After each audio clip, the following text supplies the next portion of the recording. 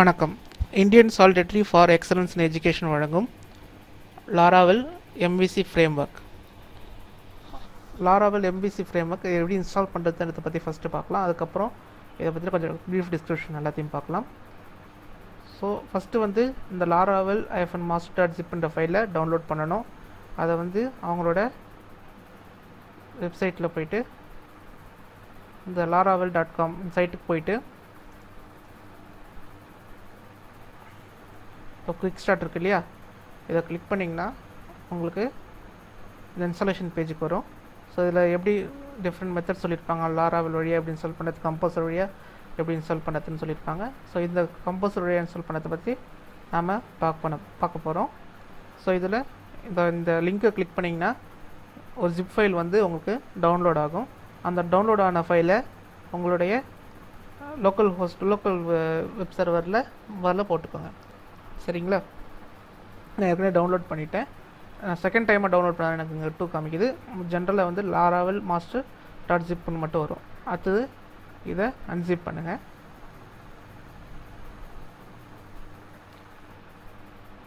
இங்கே அன்சிப் பண்ண ஃபோல்டரில் இதை டெர்மினலில் ஓப்பன் பண்ணுங்கள்.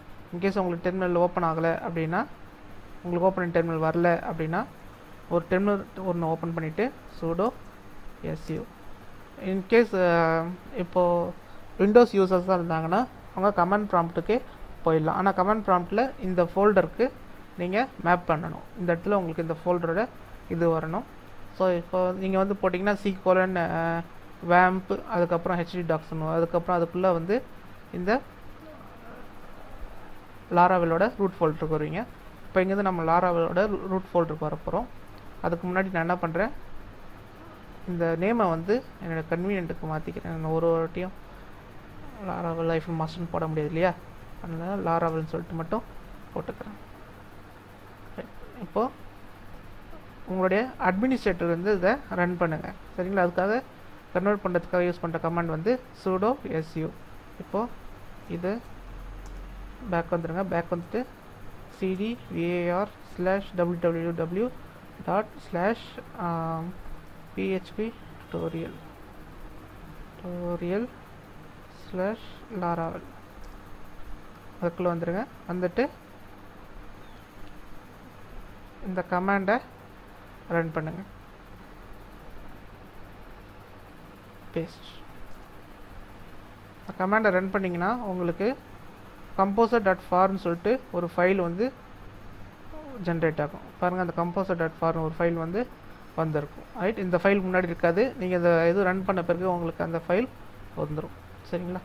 அதுக்கு அடுத்தது php composer.far update கொடுத்தீங்கன்னா இந்த கம்போசர் இந்த லாராவெல் ஒர்க் பண்ணுறதுக்கு என்னென்ன ஃபைல்லாம் தேவையோ அந்த ஃபைலெல்லாம் உங்களுக்கு இன்ஸ்டால் பண்ணி கொடுத்துரும். ஸோ அதுக்குள்ளே நாம் போயிட்டு இதை பார்த்துட்டு வந்துடலாம்.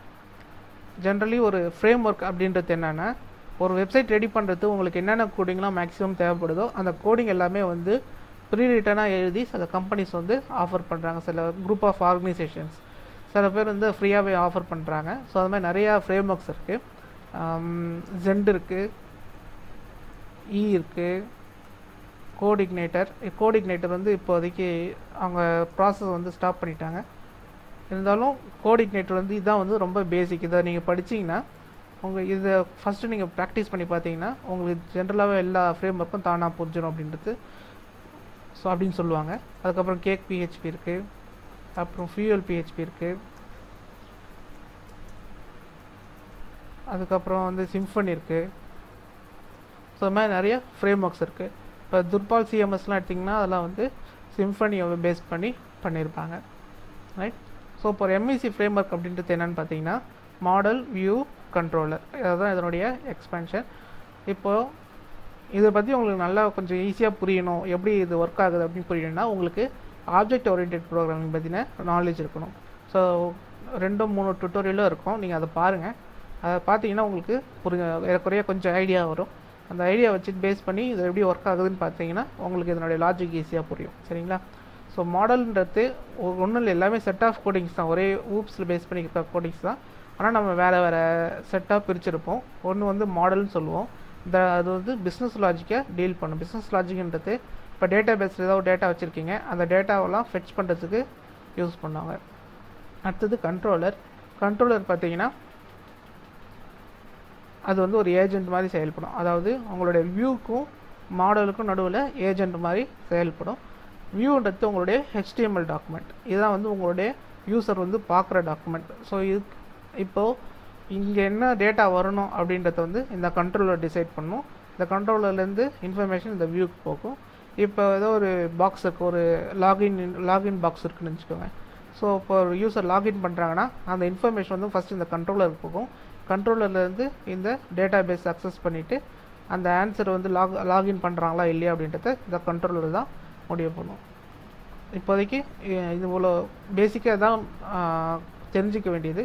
நீங்கள் ஊப்ஸ் கொஞ்சம் நல்லா ப்ராக்டிஸ் பண்ணிட்டீங்கன்னா இது வந்து ஈஸியாக புரியும்.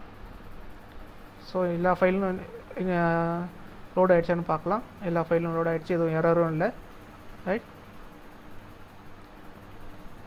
ஸோ இப்போது ஒர்க் ஆகுதான்னு பார்க்கலாம். நம்ம போயிட்டு local host PHP tutorial Laravel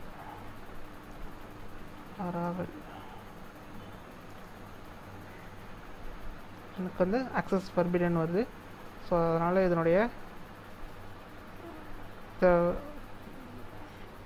பர்மிஷன்ஸை மாற்றி கொடுக்குறேன். மோஸ்ட்லி இது விண்டோஸ் யூசர்ஸ்க்கு வந்து இந்த ப்ராப்ளம்ஸ் இருக்காது. ஆனால்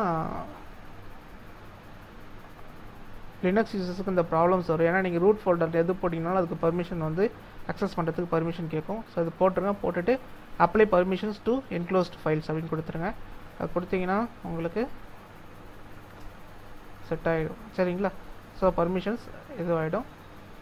லாராவெல்ல எப்பயுமே இண்டெக்ஸ் ஃபைல் வந்து பப்ளிக் ஃபோல்டரில் இருக்கும். சரிங்களா? ஸோ ஃபஸ்ட்டு இதை வருதான்னு பார்த்துக்கோங்க. அதுக்கப்புறம் வேறு ஏதோ சும்மா ஒரு நேம் டைப் பண்ணி பாருங்கள்.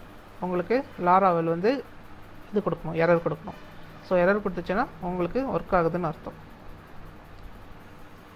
சரிங்களா? ரைட். அடுத்தது இப்போ நமக்கு எந்த ஒரு வெப்சைட் இருந்தாலும் எனக்கு வந்து பப்ளிக்ன்ற ஃபோல்டருக்கு போகணும்னு அவசியம் கிடையாது. எனக்கு எல்லாமே வந்து ரூட் ஃபோல்டரில் இருக்கணும். அதுக்காக நாம் என்ன பண்ணுறோம், இந்த இப்போதைக்கு இது தேவையில்லாத ஃபைல்லாம் நாம் டெலீட் பண்ணிடலாம். இதெல்லாம் தேவையில்லாத ஃபைல். composer.foreign தேவைப்படாது. இனிமேட்டு composer.json இதுவும் தேவைப்படாது. ஸோ இதெல்லாம் டெலீட் பண்ணிட்டோம். ரைட்டுங்களா? அதுக்கடுத்து இந்த பப்ளிக்ன்ற ஃபோல்டரில் இருந்து எல்லாத்தையும் காப்பி பண்ணணும். இப்போ லினக்ஸ் யூசர்ஸாக இருந்தாங்கன்னா அவங்களுக்கு வந்து இந்த htaccess ஃபைல் வந்து தெரியாது. சரிங்களா? அது தெரியறதுக்கு Ctrl+H கொடுங்க. Ctrl+H கொடுத்தீங்கன்னா உங்களுக்கு htaccess ஃபைல் வந்து வெளியே வரும். Ctrl+H இதை கொடுத்தீங்கன்னா உங்களுக்கு ஹிடன் ஃபைல்ஸ் எல்லாம் வெளியே தெரியும். ரைட். விண்டோஸ் யூசர்ஸாக இருந்தாங்கன்னா ஹிடன் ஃபைல்ஸ் எல்லாம் முதல்ல வெளியே எடுங்க. வெளியே எடுத்துகிட்டு இதை அப்படியே காப்பி பண்ணி பப்ளிக் ஃபோல்டருக்கு அப்படியே காப்பி பண்ணி இங்கே பேஸ்ட் பண்ணிக்கோங்க. அதுக்கடுத்தது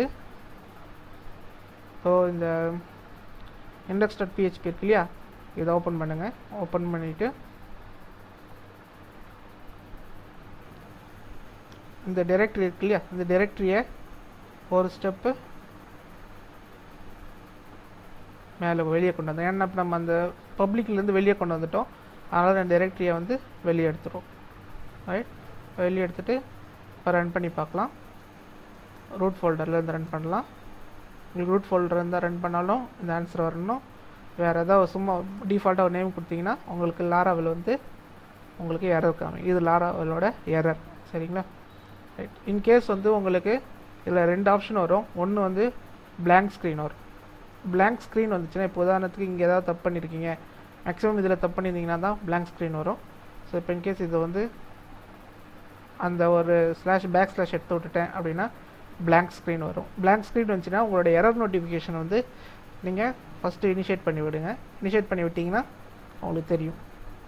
எரர் நோட்டிஃபிகேஷன் எப்படி இனிஷியேட் பண்ணுறது அப்படின்னா PHP எரர் அப்படின்னு போடுங்க. கூகுளில் போட்டிங்கன்னா இதோ பாருங்கள் php.netல இது இருக்கும். ஸோ அந்த வெப்பேஜ் போனீங்கன்னா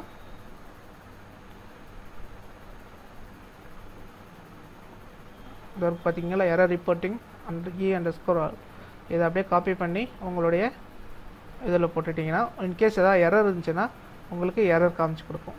இது வந்து இனிஷியல் ஸ்டெப்புக்கு. இதை வந்து எரர் வரல, இப்போ பாருங்கள் எரர் வரல அப்படின்னா நீங்கள் அதை எடுத்து விட்டுருங்க. சரிங்களா, இப்போதைக்கு நான் அந்த பேக் ஸ்லாஷ் எடுத்து விட்ருக்கேன். எடுத்து விட்டு கொடுத்தனா எனக்கு எரர் காமிக்கும். என்ன எரர்னு சொல்லிட்டு காமிக்கும். இதில் பார்த்தீங்கன்னா லாராவெல் பூட் ஸ்ட்ராப் அப்படின்னு எதுவுமே இல்லை அப்படின்னு சொல்லுது. ஸோ ஆக்சுவலாக வந்து லாராவெல் /boot strap. ரைட், ஃபஸ்ட்டு உங்களுக்கு இந்த பேஜ் வந்துடுச்சு அப்படின்னா, இந்த பேஜ் வந்துச்சுன்னா உங்களோட இன்ஸ்டாலேஷன் பக்கா ஒர்க்கிங்னு அர்த்தம். அதே போல் SDF கொடுத்தீங்கன்னா இந்த எரர் வரணும். ஏதோ ஒரு வேல்யூ கொடுத்தீங்கன்னா அந்த எரர் வரணும். சாரி, லாராவெலோட எரர் வரணும். அதுக்கப்புறம் இதை டெலீட் பண்ணிவிடுங்க, இது தேவையில்லை.